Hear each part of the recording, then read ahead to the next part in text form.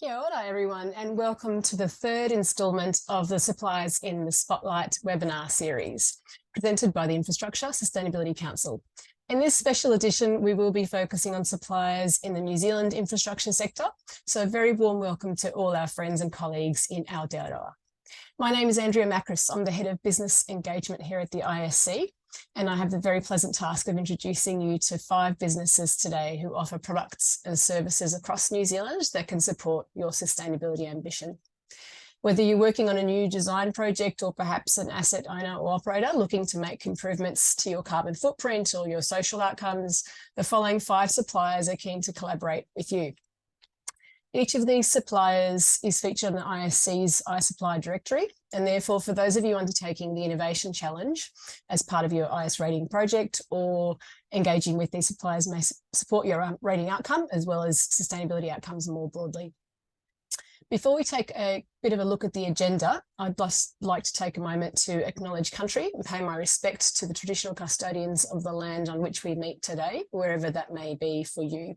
I'm on the lands of the Bediagal people here in southwest Sydney, but we're hearing from suppliers from right across Australia and New Zealand today. So a brief look at the agenda for our time together. We will have firstly Powerhouse Wind, and Bill Curry will be presenting from Powerhouse Wind, from that innovative new business. We'll then hear from Amanda Bryan at Mott McDonald, and then from Stuart Nielsen at Enviromesh. Following these first 3 presenters, there will be a Q&A session. Then soon after that, we will move to the final 2 presenters for today, and that'll be Jackson McFarlane from Hines Pipe Systems, and then David Walsh from Fletcher Building. Following the webinar, you'll be able to access a recording of the session today, so you are welcome to share that with your colleagues, and all the contact information of the speakers will also be shared, and any unanswered questions in the Q&A will be addressed in writing, provided they aren't posted anonymously. So while you're more than welcome to take notes, we have you covered with that recording. As you're listening to each of the businesses during their allocated 4-minute presentation, please pop your questions into the Q&A widget at the bottom of your screen. I'll be drawing on a selection of your questions during the Q&A session, so please do jot them down as they occur to you. There are no silly questions, so please don't be shy. This webinar is a snappy 45-minute session, so settle in, and without any further ado, please meet Bill Curry from Powerhouse Wind. Over to you, Bill.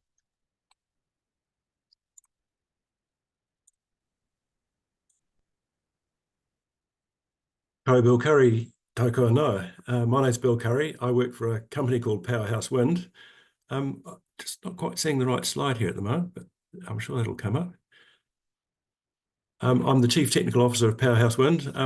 What I'm introducing is it's essentially an integration between PV, photovoltaic panels, a wind turbine, and a battery inverter system.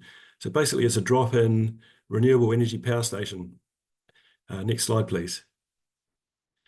This slide just introduces the generic crate that we have at the moment. This can be customized and specialized for a particular purpose, but what we have at the moment is around about 10 to 15 kilowatt hours of generation a day, 2 kilowatt wind turbine, somewhere between 30 and close to 60 kilowatt hours of battery storage. And it all fits into a 20-foot container format. So the idea is it's easily transportable to site. It takes about an hour and a half to 2 hours to set up, and then becomes a power station. Next slide, please. This slide shows the packed version of the crate on the left, the deployed version on the right. We can have up to 6 kilowatts of panels on the standard module, and the 2 kilowatt turbine up at 10 meters. Next slide, please. This slide shows the motivation for having the turbine as well as the panels. The blue line in the middle shows what PV panels do. They follow a very symmetric sort of pattern on a good sunny day. But what the turbine can do is, as is shown here, is run all night as well through the day. And what we're trying to do is, the other way of doing this would be to have PV panels plus a diesel generator.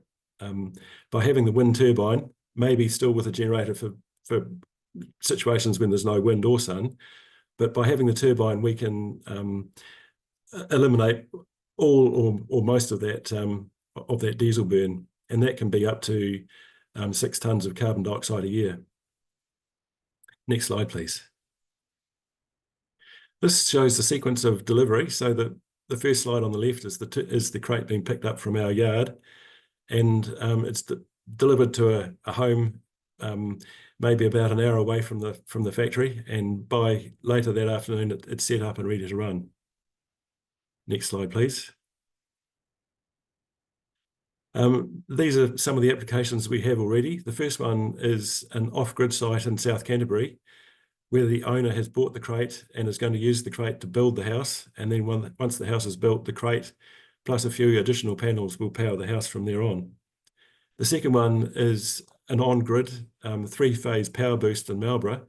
So it's an office that's in a vineyard, and the line that was built to the office was under specified, and by having the power crate there, the power crate basically provides an on-site boost to that line, and quite often completely runs the office. The one on the right is a house that is on grid, but they wanted to generate some of their own power, and it also protects them in power outages, which they have quite a few of. So it's basically a renewable energy UPS system that they have running there. Next slide, please. And this is the final slide. We're taking the product to field days in the Waikato in the next next couple of weeks, and we certainly welcome anyone who's there to come along and talk to us about it and look at how we can shape a power crate to a specific need, because it's a very flexible concept.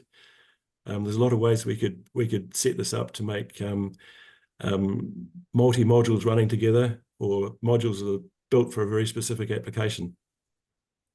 That's basically my presentation. So thank you very much for the time, and that's great. Brilliant. Thank you so much, Bill, for sharing that innovative concept with us. It's really quite unique. So really interesting to see that. Some contact details on the screen there for you. So as I mentioned, we will have recordings available for you if you would like to watch that again. I'll share that with any of your colleagues. Moving on now, our next presenter will be Amanda Bryan from Mott MacDonald. Thanks, Amanda. Thanks, Andrea. Kia ora, ko Amanda Bryan, toka ingoa. I'm the New Zealand Sustainability Lead at Mott MacDonald, and I'm here today to talk to you about investing in infrastructure and climate resilience. I'll be talking a bit about our physical climate risk assessment methodology, in which we call short PCRAM.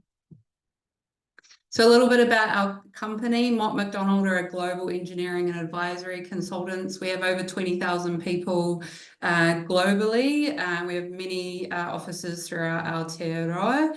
We work across the water sectors, transport, buildings, and energy sector.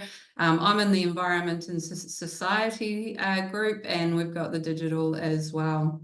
So we're passionate about working with clients and colleagues to create sustainable, climate resilient solutions with positive social and regenerative outcomes. So much of our infrastructure is not well adapted to climate change. You can see here that it's not just the buildings, it's the infrastructure that's impacted as well. The overall impact of the recent flooding events that we've seen, I don't think have unlikely to be realised just yet. So it can be seen we have been exposed to New Zealand's infrastructure vulnerabilities, where you've got widespread flooding to homes, businesses, landslides, and so forth, and also impacting our major infrastructure for wastewater treatment plants. Now, Carlos Sanchez has a quote: "Even if we were to stop emitting today, the infrastructure sector would need to implement climate resilient measures for decades to come." And I think what this is highlighting is if we hit our 2050 target, we're still going to have to build in climate resilience into our design, into our infrastructure and buildings. So what we have here at Mott MacDonald is an approach to a more resilient infrastructure, and we have the application of the PCRAM tool. You can go to the next slide and the next slide after that. Thank you. So PCRAM is consistent with the ISO 14091 and climate change vulnerability and risk assessments. Mott MacDonald co-authored these documents with the Coalition for Climate Resilience Investment. It is a step forward in industry from a qualitative approach to a quantified, monetized approach. It demonstrates if you invest in climate resilience, you can get a return on investment. This is a tool that strengthens how we can make decisions around climate resilience in our infrastructure.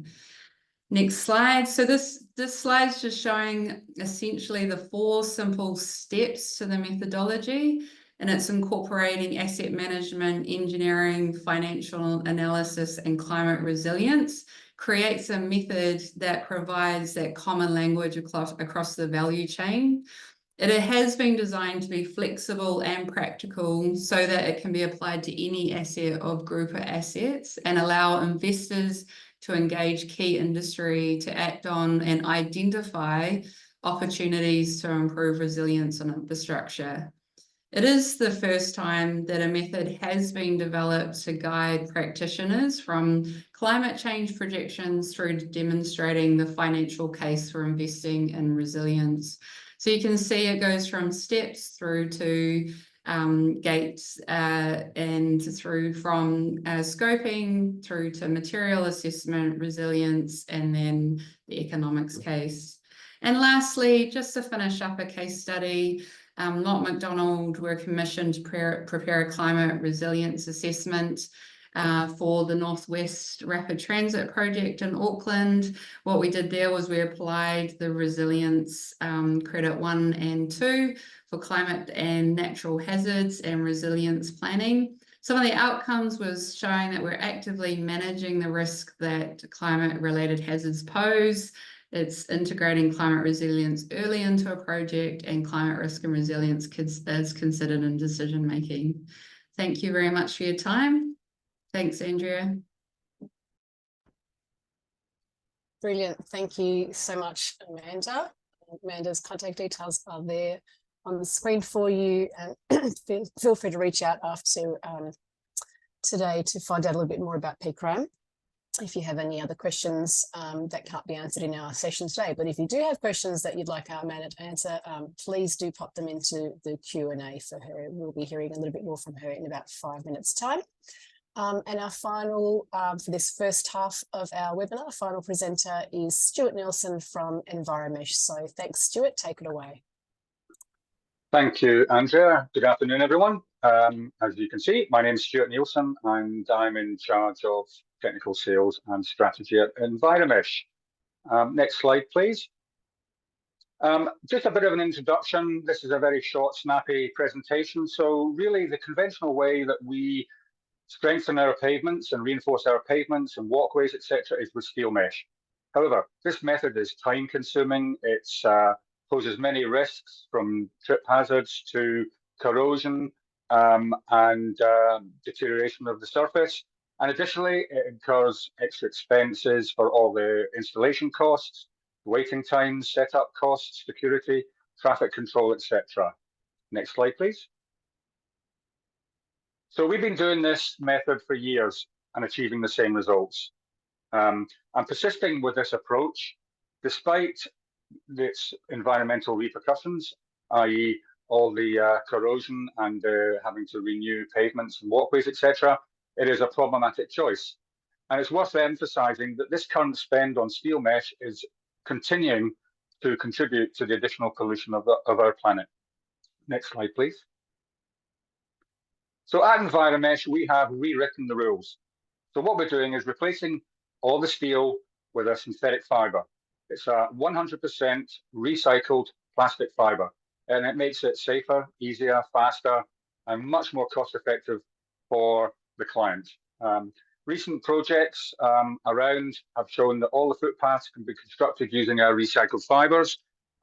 This project here, which is in Australia, it alone saved 10 tonnes of CO2 emissions into the atmosphere, and the footpaths were completed in 3 days with little disruption. Next slide, please. So this product, eMesh, a 100% recycled plastic, was conceived, invented in 2015 in Australia, and it's manufactured in Victoria and New South Wales. The e-mesh is made from 100% recycled polypropylene waste. So when you take out the steel, there's 90% less CO2 emissions consumed.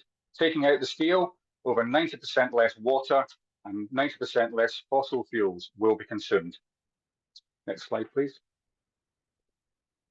It's been used in thousands of projects around Australia, and we're just coming into New Zealand now. So the product will be available in New Zealand to replicate all the success we've had with this in Australasia. Next slide, please. So this is the next generation in concrete reinforcement. It's made from, as I said, from 100% recycled polypropylene. It's an Australian innovation. It's packaged also by an NDS supported worker, made in Australia, replaces steel mesh in concrete, gives you great ductility, greater ductility, durability for concrete in corrosive environments, and it has huge environmental savings. Next slide, please. So how does it work? Well, the e-mesh fibre is specified for the project. It's then delivered to a concrete supplier on pallets. That e-mesh is then mixed with the concrete, delivered to site in the concrete truck, and placed ready to go. Next slide, please. So our commitment is that we're serious about managing and reducing the carbon footprint for our products and for our business, and for helping all our customers in Australasia to do the same. Today, about 800,000 kilograms of e-mesh has been supplied, and that has saved the equivalent of 16,000 tonnes of CO2 emissions. That's equivalent to saving 160,000 tonnes of fossil fuels. Next slide, please. Replacing steel mesh with e-mesh, we're here to help you at every stage of your project, from the consultation to training and support while the project is ongoing. Next slide, please. So that's my presentation. You can scan the code. It will be there for a little while, but also in the recording, and I'm sure that you'll have a PDF to be able to scan the code to see more of our projects. Thank you very much. Excellent. Thank you, Stuart. And I'll now invite our first three presenters to turn their cameras and microphones back on for a little bit of a quick chat before we move on to our final two presenters. So we've got a couple of questions in the Q&A. If any others occur to you, dear audience, please do pop them in now so that we can ask them of our first three presenters. So the first one from an anonymous attendee saying, can you get e-mesh in New Zealand and can you use it in shotcrete? So that's a question for Stuart from Enviromesh. The answer to both is yes. You can purchase it through a distributor in New Zealand, a company called Traffic Systems Limited, our distributor. Details of that will obviously be available to anyone that's looking for it. And yes, it can be used in shotcrete too. Okay, fantastic. I'll move on to our other presenters and then come back to you've got another one in there for you, Stuart. Let's share the love a little bit. So I might move to Bill. I've got a question for you. How did you come up with the idea and what was the sort of research and development process like? It's such a unique concept. I've never seen anything like this. I've seen solar applications, but not incorporating wind as well as far as that mobile kind of generation of power on site. So yeah, I'd love to hear about what that process was like for you. Well, we developed the turbine first, but the motivation for the power crate came from wanting to sort of look at all the small diesel applications around the place and see if there was a renewable way of doing the same thing.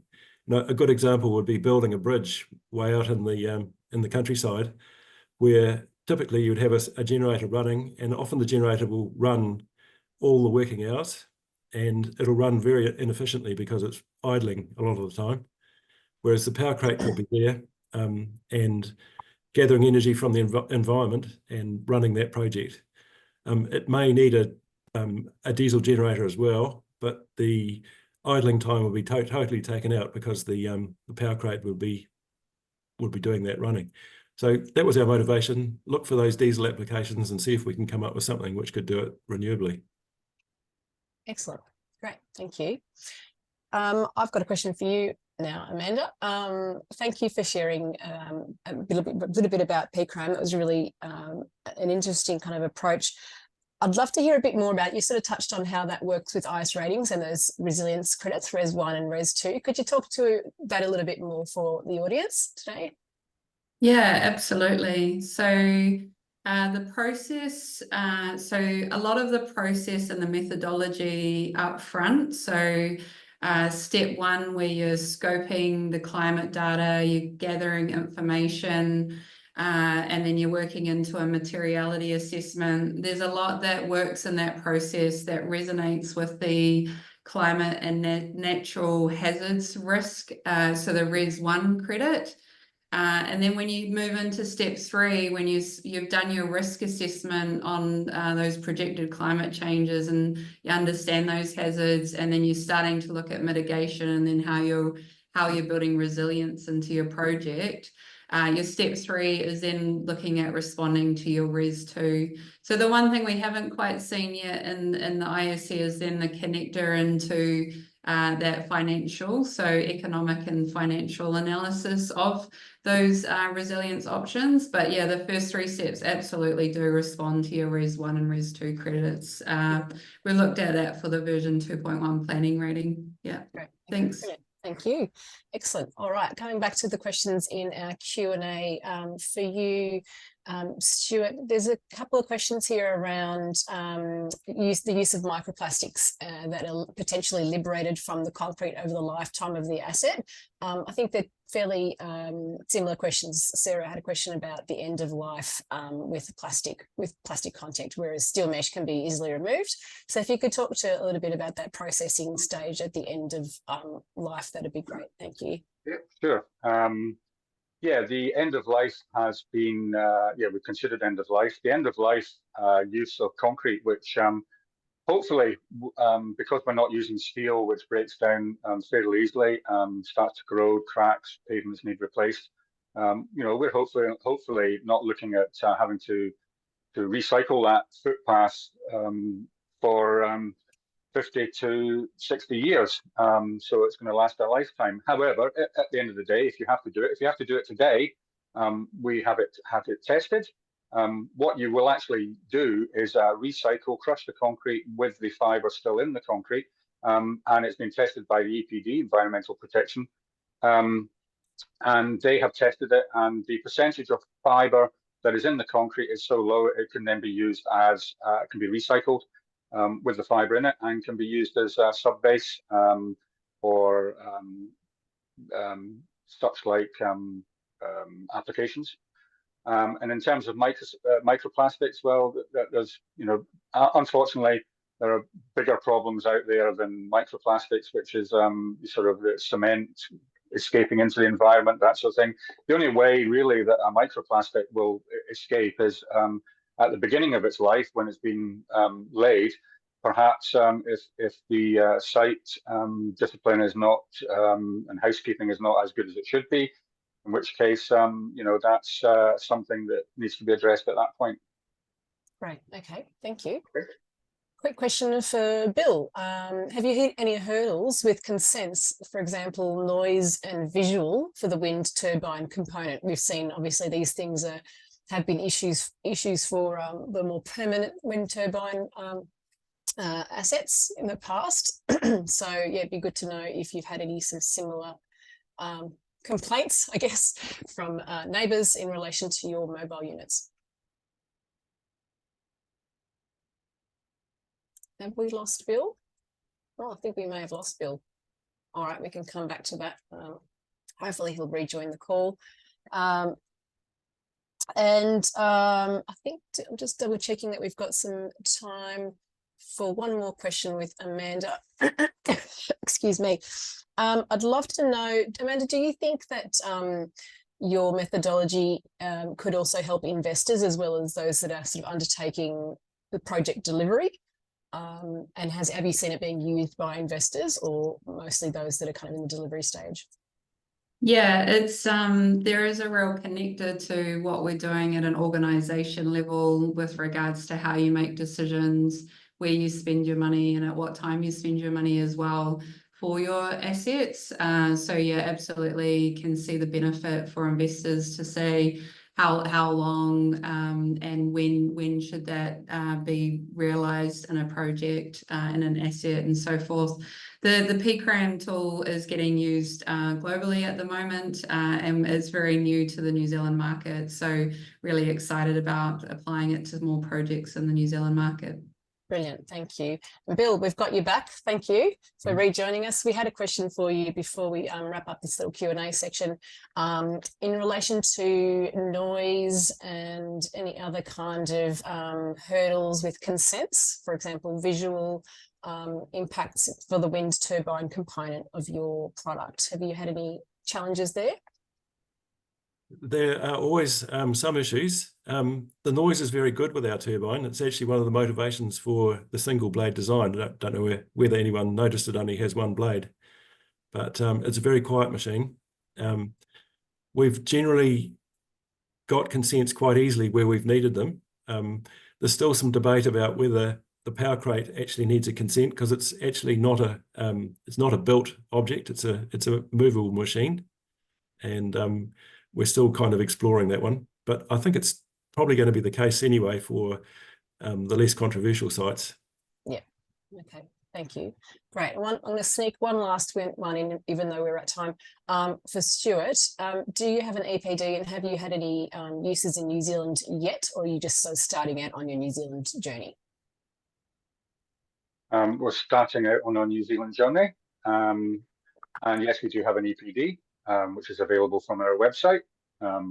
If somebody wants to get in touch with us, they can do that, and they can download a copy. Brilliant. Okay, thank you so much to our first three presenters. I'm now going to introduce you to our fourth presenter for today's webinar. We've got a fourth and a fifth, so please do stay with us.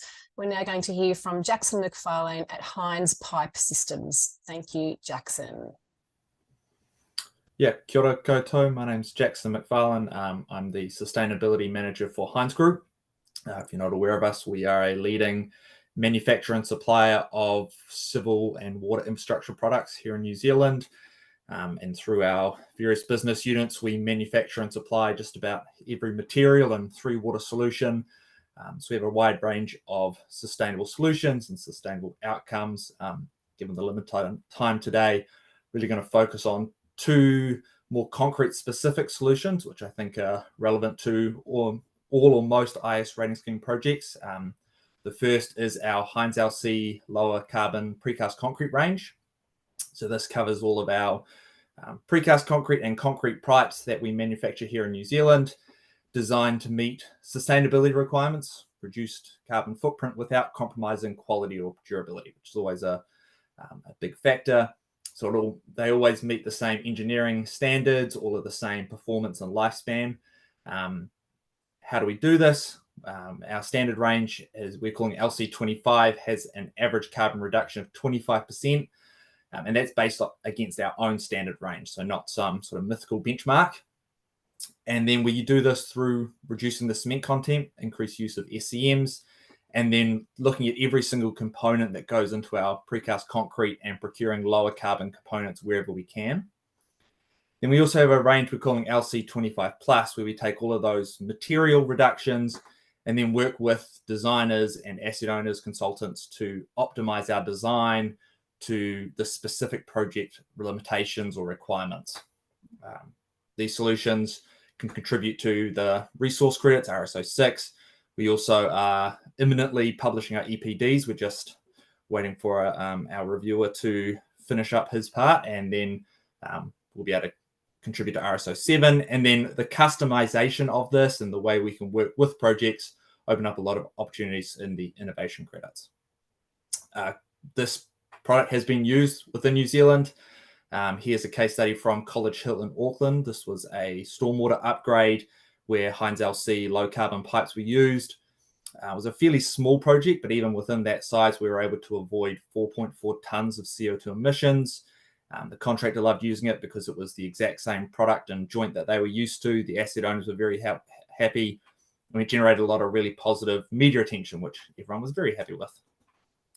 And then going beyond carbon reductions and looking at other sustainable solutions, with our precast concrete, because of the size of precaster we are and all the engineering and specifics and teams that come along with the pipe side of our business, we have a lot of ability to incorporate sustainable outcomes within our precast. So an example here from the Tupua Horonuku IS rating scheme project in the Wellington region, we were able to customize the design of some seawalls to both dissipate wave energy, but also encapsulate a design that was unique for the region and promoted growth of marine animals within the seawall. We were able to develop a manufacturing technique to replicate that every single time in these seawall units. And there's a large number of other sustainable benefits of going with precast concrete over site poured concrete. I won't go through all of them in the interest of time, but happy to answer any questions today or afterwards. And yeah, just also reinforcing that, we also work with plastic and all the other material types in the water civil infrastructure space, and we're happy to connect to work with customers to find the best solutions and to help push you not to buy something we think you should buy, but work with you to decide what the most sustainable outcome is in every case. So thank you.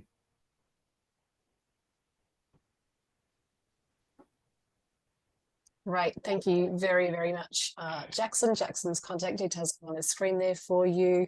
And feel free to pop any questions you have about those low carbon pipes into the Q&A. We'll be hearing a bit more from Jackson in a few moments' time. But before that, we'll have our final speaker for today's webinar, which is David Welsh from Fletcher Building. A very warm welcome. Thank you. Kia ora. Yes, I'm David. I'm from the concrete division at Fletcher Building. And you can see the businesses that are in that division on the screen there: Golden Bay Cement, Firth Concrete, Winstone Aggregates, Drycom, which is bagged concrete, and Humes, which is concrete pipes and water solutions. So look, our purpose, or what we think about, is how to improve the world through or with smart thinking delivered really simply, and that fits really nicely with today's topic of impact and innovation, but particularly at scale and to build a sustainable future.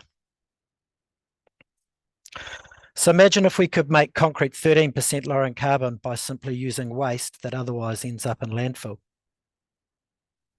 That'd be pretty cool. But that's exactly what we do here at Golden Bay. We use 100,000 tonnes of waste to produce EcoShore cement, the main cement brand that we sell here in New Zealand. How do we do that? We take end-of-life waste tyres, we take deconstruction wood waste, and we take a product called bottom ash, which is a waste product from coal-fired energy generation. And we use those as fuels and materials in the production of cement. So in the bottom part of your screen, you can see a basic cement manufacturing process. Won't get too caught up on it, but cement's simply made from limestone that's ground up and heated to a very high temperature to make clinker in the middle of the diagram there. It's then ground up, a few additives, and it becomes cement. So in that middle section there, it requires 1500 degrees to heat the limestone to convert it, to get it into a binder, the basis of cement. And that's where traditionally we've used coal, fossil fuel. So we've displaced 50% of our coal with waste wood and waste tyres, and our goal is to get to 100% by 2030. So this is a really good way of creating low emission cement. So what does that mean? It means that our product is the lowest carbon GP, general purpose, or Great Portland cement in New Zealand. It's 20% lower than the competition that is imported, and getting lower all the time as we increase the use of those waste fuels. So if customers and concrete producers use EcoShore cement, then they can obviously reduce the carbon in concrete. Cement's a large component or driver of the carbon in concrete. So Firth, for example, in EcoMix, where they use EcoShore cement, and it really depends on the aggregate and the mix design, are getting anywhere from 10 right up to 50% reduction against the ISCA baseline. I mean, just using EcoShore cement and in a 19 mil aggregate, they can get up to 30% just by doing that all day, every day. And what you're looking at on the right-hand side is a table that has all the actual GWP or CO2 number by metre cubic metre of concrete by the various MPAs, and that's really important. We're encouraging people to know their carbon number. That's the critical piece here, rather than any claims or reductions, is what is the CO2 that I just simply need to plug into the ISCA rating tools and calculate the embodied carbon in a structure on manufacturing. So next slide. So Humes mentioned them. They also use EcoShore cement, and they have New Zealand's first concrete pipe EPD that states the actual number.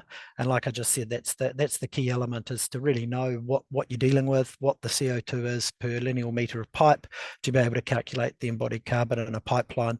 And obviously they have very good low numbers using EcoShore cement. So lastly, these low carbon circular solutions are delivered with a low carbon supply chain. Or we plan to. We have New Zealand's first 100% electric ready mix truck, 2 hydrogen cement tankers on the way. And that's how we plan to deliver our low carbon solutions at scale and decarbonise the supply chain too. Thank you very much for listening.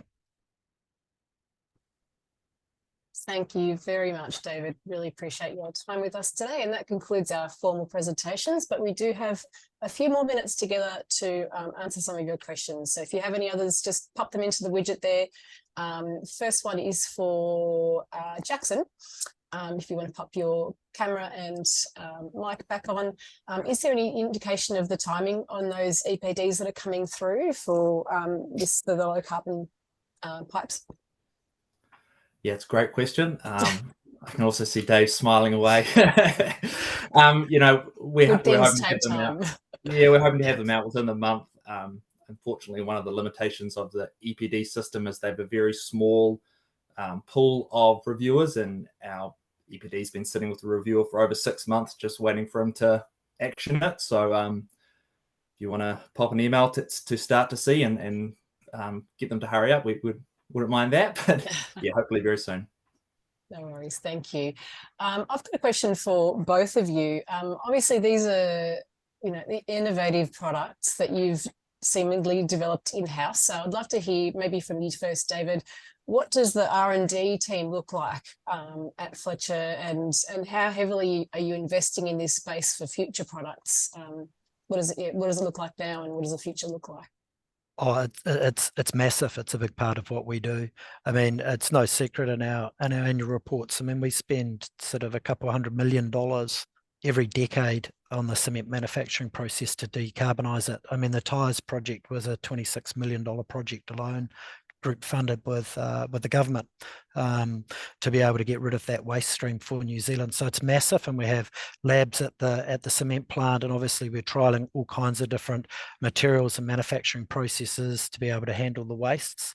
We also invested in a concrete innovation lab where we're able to test a lot of the different materials and technologies coming through in concrete. So we're testing how customers will use our product and playing around with all kinds of different materials, SCMs like what Jackson referred to, both fly ash, slag, calcine clays, all kinds of products. I mean, the race is really on to decarbonise concrete, and we're fast at it. Yeah, fantastic. Thank you. Yeah, I'd love to ask a similar question of you, Jackson. How heavily is Heinz investing? Obviously, you've invested already in this product, which is really kicking some great goals. But yeah, what does that investment look like? How big is the team, and what does the future look like? Do you think there's a lot further to go? Yeah, big investment, and I think the team is everyone, is the way we view it, that everyone has a contribution within all of our engineering, manufacturing teams. It's with concrete, it's not so much one big change, it's lots and lots of small incremental change. There's a lot of components that go into reinforced concrete, and you look at every single one, and then you expand it outside of ourselves, and we're working with all our suppliers and pushing them to come on this journey with us in ways that they can support us. And then I mentioned that we're benchmarking against ourselves. So our LC range is lower carbon on our standard range, but we're also trying to improve our standard range because we're competing against all other suppliers and material types to have the lowest number. And that means that we have to keep developing our low carbon range. So it's not like we've just come up with one solution and we're just going to use that for the future. We're continually trying to find more solutions we can adopt. And that means the LC range that we sell today will be different in a year's time as we keep trying to get lower and lower. Excellent, thank you. My next question is sort of related to one that's come through from Rachel. Thank you, Rachel. The question is there typically an impact on price upwards for lower carbon products? My question is sort of related to that, so you can park it or answer it at the same time. It's how can your clients work with you on these your journey of developing more sustainable products and introducing those to the market? But I might let you answer the price question first. Maybe David. Sure. Like I was saying in the presentation, our offer is at scale to everybody everywhere nationally, rather than just calling it a specific low carbon solution. So because cement's pervasive and used in concrete, if we can reduce the carbon, then all concrete can be lower in carbon, right? And we certainly haven't put the price up. There's a lot of price pressure at the moment, actually. So we're not charging some sort of special premium. I think at the concrete end, there's low carbon and then there's super low carbon. And in that super low carbon, where there is a lot of extra work and mixed designs and other materials that may be different priced, sure, you need to work with your concrete manufacturer on those pricing. Can be different to just the everyday offer, but our offer is everyday. It's low carbon, reducing all the time, simple, because we're doing all the hard work. You just need to use our cement and you can have low carbon offer. Is what we're up to. And what was the second piece? Sorry, you added a question there. How can your customers and your clients work with you to support the development of these better products or low carbon products? Yeah, I think for in the concrete end with the specialty, super low, Firth, the grid I showed before, has a calculator, and you really want to work with a technician on what's the application of the job, what are some of the parameters you're trying to achieve, and what can you design in and out into your concrete. So it really is a partnership where you start getting to really low levels of carbon with SCM usage and design. Yeah, thank you. And over to you, Jackson, maybe touching on the impact on price of lower carbon products. Yeah, so again, similar answers, that we're absorbing almost all of that. We're trying to, deliver the best solutions, but also support our customers. And if sustainability is important to them, lower carbon is important to them, that's something we're willing to do everything we can to support. So a lot of the time there's very little, if any, markup in the products. A lot of that then also just depends on the lead time we have. More SCMs slow down our manufacturing time a little bit, but if we have enough lead time, we can work around that, and there's ways that we can make sure in-house that we're keeping our prices as low as we can be. Yeah.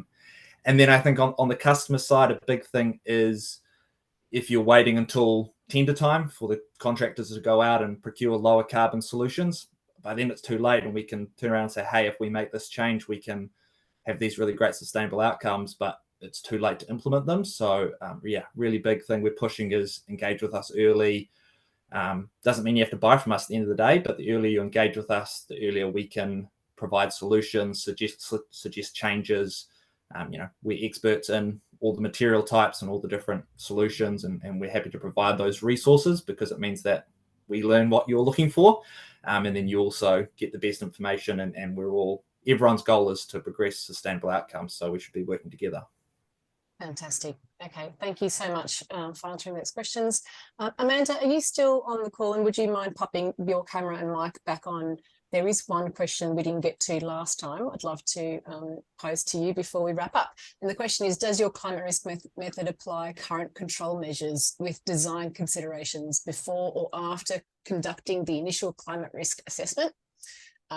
They go on to ask, some practitioners implement controls before the assessment while others do afterwards. So what's your opinion on this practice? Sure, Andrea. So in terms of the steps, with our step one, we do an initial climate study.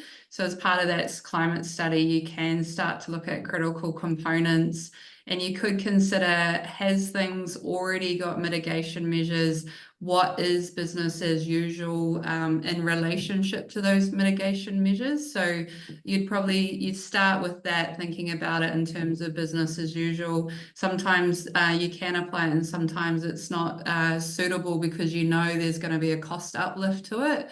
Once you go from step 1 to step 2, you do a materiality assessment. That materiality assessment actually looks at more of a detailed climate study. So you start going through your hazards, you're identifying things in a bit more detail, severity of things, but then you are also then applying your mitigation measures there as well. So you can do, if you do it at the beginning, it's recommended around the business as usual. Once you've done that and you've done a second more detailed climate study, then yes, then you'd apply the mitigation measures to it from there as well. Hopefully that answered the question. Yeah, Thanks, it does. Thank you so much for popping back on. A very big thank you to all 5 of our businesses from the iSupply Directory who presented for us today in our New Zealand focused webinar. An even bigger thank you to you, the audience, for your attention and your time. Please spread the word to your colleagues for future sessions so they can continue alongside us to drive support for these businesses that are helping to build sustainable supply chains. As you exit today's session, you'll encounter a very short survey. We'd love to hear your thoughts and feedback. It only takes a minute or 2. Thanks again, and we'll see you in 2 months for the next Suppliers in the Spotlight